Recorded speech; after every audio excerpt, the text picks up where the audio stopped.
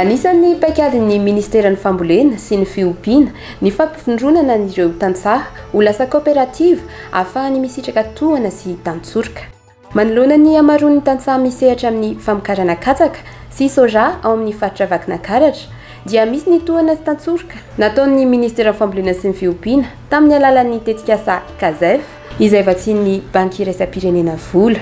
Misongadina ao anatin'izany ny kooperativa Fanamby ao Sonindrariny, distrikana Antsirabe faharoa, faritra Vakinankaratra izay manodina ny soja sy ny katsaka ho lasa sakafom-biby na provandy.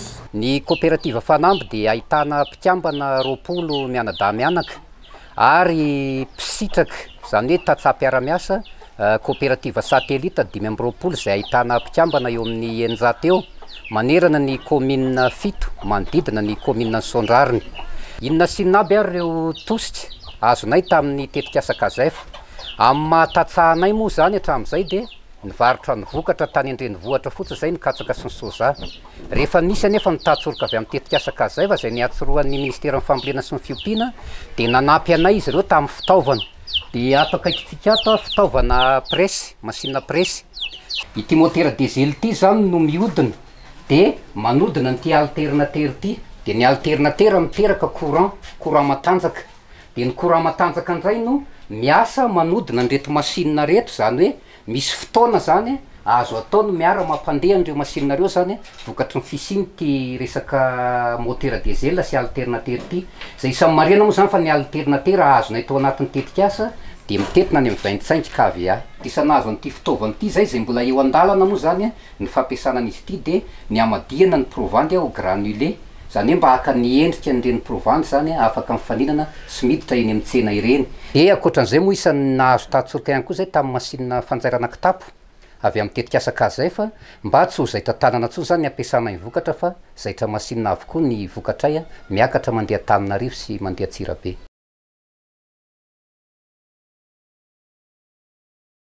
Isan'ny vokatra goavana nateraka izao tatsorika izao moa ny fahafahanay manodina vokatra mihoatra noho ny fahavitanay hatramin'izay. Izay marihana zany no fisin'reto masinina reto sy ty herinaratra matanjaka be ity dia afaka mamatsy ny filan'ireo client-nay amin'ny fiompiana soavaly any Antananarivo zahay. Izay ao anatin'ny volana moa ny tena filana zany dia eo amin'ny 20 tonnes isam-bolana ny sakafona soavaly mandeha mankany Antananarivo. Ny zava-dehibe tao anatin'ity tatsorika ity moa zany dia ny isan'ny fahamaroan'ny tantsaha izay mivelona amin'ny fambolena soja sy katsaka aty amin'ny faritra manodidina. Izay hatramin'izay dia mivarotra soja fotsiny amin'izao sy mivarotra katsaka. Vokatry ny tatsorika CASEF nefa zany dia lasa afaka mividy katsaka sy soja aty fotony kooperativa. Ary rehefa avy mandray amin'ireo tantsaha mpiara-miasa izy izay navondronay ao anatin'ny antsoina hoe kooperativa satelita dia ny kooperativa Fanamby no manodina azy hivadika ho sakafom-biby ho provandy.